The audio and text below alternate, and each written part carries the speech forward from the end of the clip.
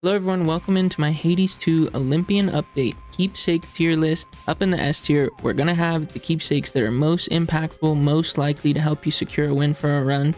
And down in D tier, it's gonna be the ones that are least impactful and least likely to help you secure a run. This will all just be my opinion. Opinions can change. Maybe I just don't have enough experience with a certain keepsake. At the end of the day, this is all just my opinion. My experience may differ from yours. If I rank one too high or too low based on your experience and your thoughts, be sure to let me know in the comments. At the moment, I have about 100 hours playtime on Hades 2. I'm by no means a speedrunner or a professional, so again, this is all subjective, and there are things I can still learn about the game. First up, I'm going to group all of the Olympian keepsakes together. Like we have Zeus's Cloud Bangle, Hera's Iridescent Fan, Poseidon's Vivid Sea, Demeter's Barley Sheaf, Apollo's Purest Hope, Aphrodite's Beautiful Mirror, Hephaestus's Adamant Shard, and Hestia's Everlasting Ember. They all kind of share the same effect. They'll ensure that you run into their respective god in your next biome at some point. They also grant you the ability to rarefy one of their boons once per night. What that means is you can turn a common boon rare, you can turn a rare boon epic, and you can turn epic boons heroic. So as if these Olympian keepsakes weren't strong enough in Hades 1, where they just they did the same thing. They made sure you ran into that god, but they also increase the odds of you finding rare boons. Well, what these ones do is they're guaranteeing you at least a rare, because you can turn commons rare, and then they're increasing your odds to find an epic or heroic, so they're even stronger than they were in Hades 1. These are a very easy S tier, in no particular order other than the order I saw them on the wiki. They all kind of group together. I find that I bring these on 99% of my runs. One of these will be showing up at some point. The way that I play Hades 2 is I pick the aspect I want to play, pick what god I want to build around, and I put on their keepsake, and that's how I start my run. So incredibly impactful, lots of control around how your run is going to go, and you're much more likely to win if you've got a game plan and you're using one of these. I'll be sure to have the effects on screen during editing as well. The way that it's going to work is the effect is going to be based on the numbers that you're going to see in purple. If you see it in orange, that's an enhanced value that it will be getting from a specific duo boon. I think it's from like Hera and Demeter or something. So just look at the purple number. That's the number I'm going to be reading, and that's the max rank you can get without any shenanigans. Next up, we've got the Blackened Fleece from Medea. After you take 250 damage, your Omega moves deal plus 40% damage. This is a pretty good one. I find that since the Olympic update, I've been using it a lot less because I'm using strength builds. If you don't know, strength is a new Arcana card where you take less damage and deal more of it, as long as you don't have Death Defiances. I've been taking that a lot, and so because I'm taking less damage, I'm using it a lot less. But I think if you're still rocking Death Defiances, this is an incredibly strong effect. 40% more on your Omega moves is a very high multiplier, and it's still a significant damage boost. I'm going to put it in A tier for its potential on Death Defiance builds.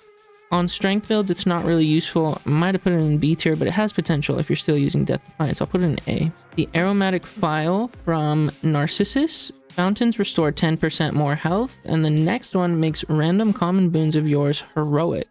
So this is a pretty strong effect. You can take any common boon that you have, or you can intentionally take a common boon, put this on, drink from the fountain, and you get a heroic. So the way that that works is, say I picked up a common attack from Aphrodite.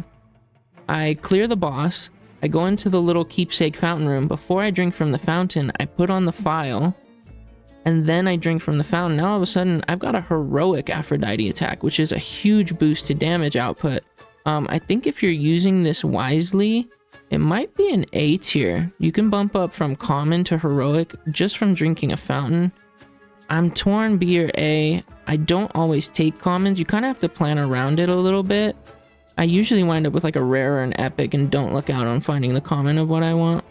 So I think I'm going to put in B just because you're not going to be successful all the time. It also hits a random common boon, so it doesn't always hit the one you want. You could choose, maybe I'd put in A, but because it hits a random common one, if you've got more than one, you might mess up and get stuck with a heroic of a boon that doesn't do much for you. So I'm going to put it in B tier. Next up, Concave Stone from Echo. After choosing a boon, 75% of the time, randomly take one more once this night. What this boils down to is, when you're picking a boon, there's a 75% chance that after you pick your boon, the game will randomly select one of the two remaining boons and give it to you. It's a pretty fun effect, I gotta say, but the random nature of it, it doesn't always activate when you want it to, and it might even take something that you genuinely don't want. It might mess with your build a bit. I think it has potential, but it's just too unpredictable. I'm gonna go ahead and put it in C tier for now. Next up is the crystal figurine from Circe. After the next guardian, activate a random level, whatever purple arrow means, arcana card. I gotta be honest, I don't really use this one, so I don't know what the different colored arrow means. I don't know if that means you activate more arcana cards the higher the rank it is.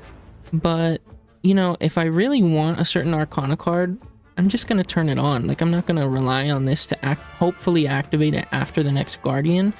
I think this is a D tier keepsake. If there's an arcana you really need to win, just bring it from the start. Don't rely on randomness. The discordant bell from Eris. After each encounter, you deal 1% more damage, but also take that much more in return. This is... they were trying to do like the pierced butterfly, but it has a downside that the pierced butterfly didn't have. I think if you're going to be taking more damage while using this thing, you should also just deal more outright. I don't think it's enough of a multiplier for this to really matter or to feel worth it. I think this is another D tier one. It's kind of a stinker. They gotta crank it up to maybe 3 to 5% per encounter for it to really feel worth it. You're gonna be taking crazy amounts of damage, but then the trade-off will be worth it, you know? The engraved pin from Moros. After you fall to 0 health, become impervious for 10 seconds. If no foes remain, restore 60 health. What a keepsake, man. So this is kind of like a... you kind of like get a death defiance. You're invincible for 10 seconds. If you can finish off the last of the enemies, you get 60 health back. There's two different ways that this keepsake gets used, right? So either you're accidentally getting killed and now you have 10 seconds to kind of keep that extra life, keep that death defiance, or if you're on strength, get your life back. You have 10 seconds to finish off the guys and be fine. Or you can, if you're below the 60 health threshold, you can intentionally die while holding this keepsake to like the last enemy, kill that enemy that's by itself, and now you've healed back up to 60 health. So this could be like a healing keepsake that you can use multiple times. It works once per encounter, once per room. You can keep healing off of it repeatedly if you fall below the 60 health threshold, but also it can help you preserve some death defiances. If you don't kill the enemies within the 10 seconds, no harm, no foul. You can try again on the next life. Assuming it's not your last one, that is. But if you do kill them within the 10 seconds, you've got that life or that death defiance back, and it's just incredibly strong. It's one of the best keepsakes in the game. Might be the best. I'm gonna throw it in S tier. The evil eye from Nemesis. Deal 30% more damage to the last foe that vanquished you. A 30% buff is pretty good, but it only applies to the last enemy that killed you. You don't always have a lot of control over that unless you're like intentionally dying to Kronos or Prometheus or something. It also only holds one enemy at a time. So that means if I died to Kronos in an underworld run and I wanted to go do a surface run, it won't remember the last time that I died to Prometheus, so it won't give me any boost on the surface at all. I think that they should change it so that it remembers one enemy from the surface and one enemy from the underworld. Then it might be used a little bit more. But as it is, half the time you're not going to bring it. I think it needs some work. I'm going to throw it in C tier. It's not bad. It's a pretty good boost, but it needs some help. Okay, experimental hammer from Icarus. Gain one random hammer that lasts for 20 encounters. This is a pretty fun one. The only problem is that it's random. It's inconsistent. The hammer you get might not help your build at all. The hammer you get might make your build exceptional. You know, potential A or S tier hammer, but also potential D tier hammer you could get. You might just, maybe you're doing an attack build and you get a special hammer, then you're like, well, that did nothing for me. I think I'm gonna balance it out somewhere. It might be like a B or a C. It's just not consistent. That's the only problem. I'll put it in B. It's fine. Sometimes you can get a really good hammer, but sometimes you just get nothing. Okay, the ghost onion from Dora. Whenever you exit a location, fully restore your health up to a total of 100 health. This is one I used a lot when I was first starting out. I mean, I didn't have a lot of keepsakes when I first started out. I think it's good for when you're learning the game and you're taking a lot of damage. Maybe it can help you get through that first biome. But after that, it kind of loses its value. I think it's fine for beginners. I'm going to throw it in C tier, but, you know, it's nothing amazing. The 100 health isn't that much. It's just better to not take the damage and take something that'll be more impactful long run. Okay, the gold purse from Charon. Receive 150 gold whenever you put this on. 150 gold just isn't that much in the grand scheme of things. This is one of the worst keepsakes. It just doesn't do much for you. You can earn that 150 gold pretty easily. The only time you might throw this on is like biome 1, so you have extra coins for the first shop, but like biome 1, you're throwing on an Olympian keepsake, so I don't know, D tier. Next up is the Knuckle Bones from Odysseus. The next guardian loses 15% of its health. You also take 15% less damage from guardians. In case you don't know, guardians are those big bosses at the end of biomes. I actually think, you know, before Olympic update, I might have thrown this in like D or C tier. I think people are kind of sleeping on this one. The damage reduction from guardians is pretty interesting. Obviously, it is just better to not get hit, but they lose 15% of their health, so you know, they're going to go down a little bit faster. But at the same time, if you're rocking a strength build where you've already got built-in damage reduction, 15% more reduction on top of that is a pretty solid amount. I'm going to throw Knuckle Bones in B tier. I don't know if that's controversial. Okay, next up we have the Lion Fang from Heracles. Deal 50% bonus damage, but lose 5% of this after each encounter. Okay, the Lion Fang from Heracles. Deal 50% bonus damage, but lose 5% of this after each encounter. So at the start of the biome, when you first put this on, you're going to deal 50% more damage, and with each room you go into, it's going to drop by 5%. I used to take this a lot on my way to Kronos in that final biome in Tartarus, because by the time you'd get to him, if you didn't take too many side rooms, you'd still have like around 20% bonus, which is kind of similar to what the Eye offers from Nemesis.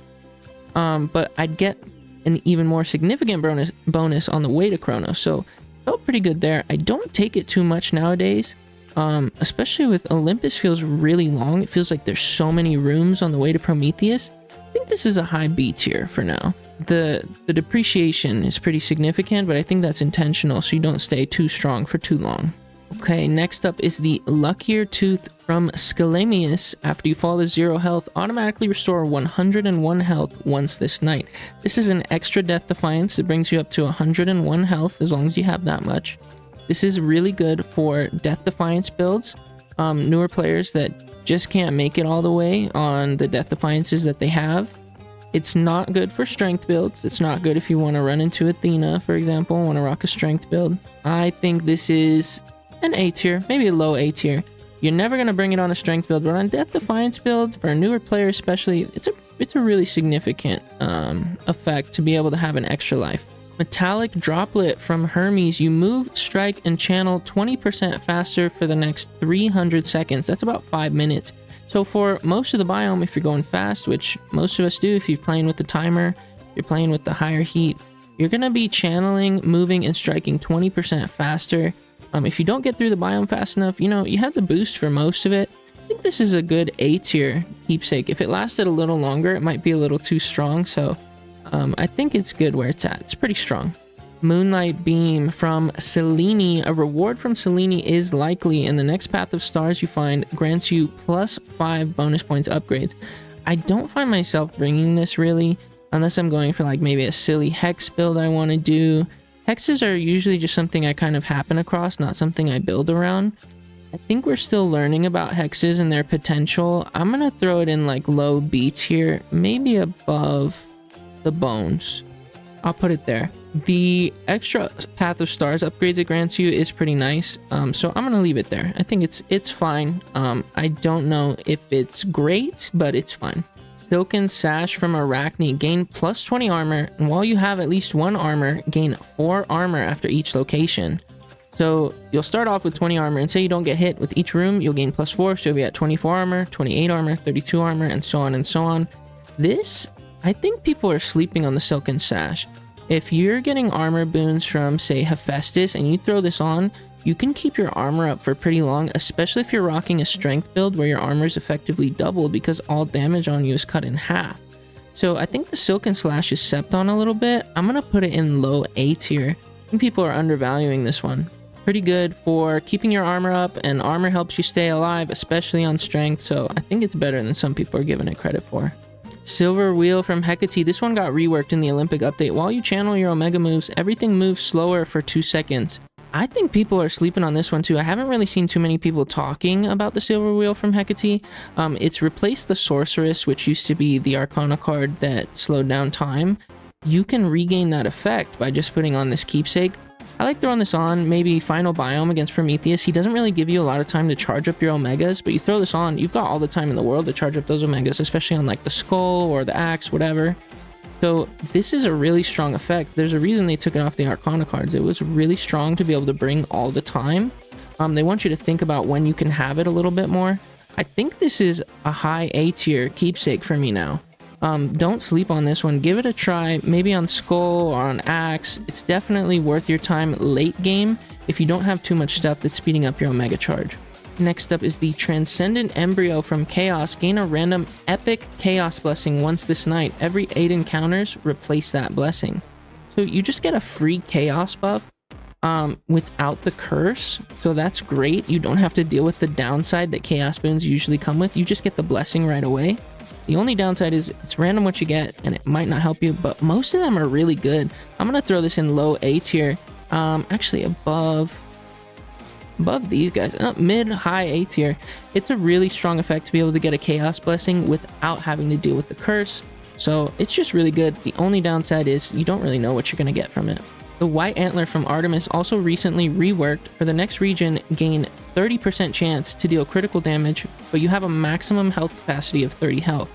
You will not be able to increase it beyond the 30 health as long as you're holding this, even if you're picking up like those hearts or anything like that. So you're stuck at the 30 health. This is a high risk, high reward keepsake. It rewards the skilled players that aren't going to take a lot of damage.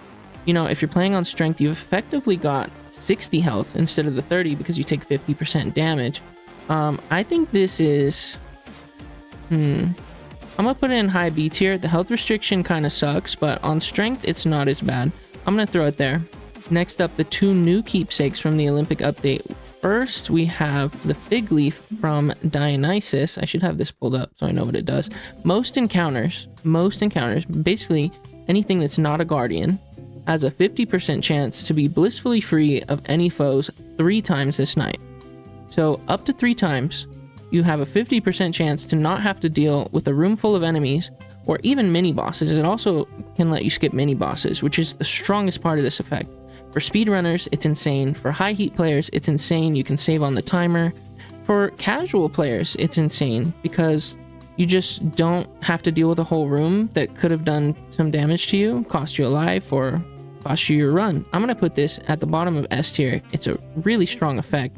The only downside is that you could potentially not hit the 50% roll. Maybe you'll only see 1 or 2 blissfully free rooms, or if you're really unlucky, 0 blissfully free rooms. But, you know, most of the time, I see 2 or 3 when I put this on, so it's pretty good. Last up is the Gorgon Amulet from Athena. While you have no death defiances, Athena may appear once this night with at least epic boons. So this is either good on a strength build where you just have no death defiances, or on a death defiance build where you've lost all your death defiances and you're throwing this on. Athena has amazing boons in this game, as she did in Hades 1. She has boons that can refill all your death defiances. She has boons that can deflect while dealing a good amount of damage. And she's just really powerful. So you can either get all your death defiances back by just throwing this on late in the run, or you can rock strength and throw this on as early or as late as you want and get really powerful boons from her. This is another S tier, man. You can have it on either a strength or a death defiance build depending on the circumstances.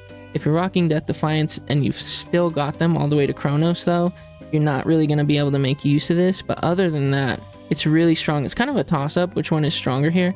You might even argue that these two might go over here somewhere, but either way, this is loosely ordered. I think in general, this is kind of where everything stands at the moment. Again, opinions can change. Let me know what you guys think. Did I rank any too high or too low? And I'll see you in the next one.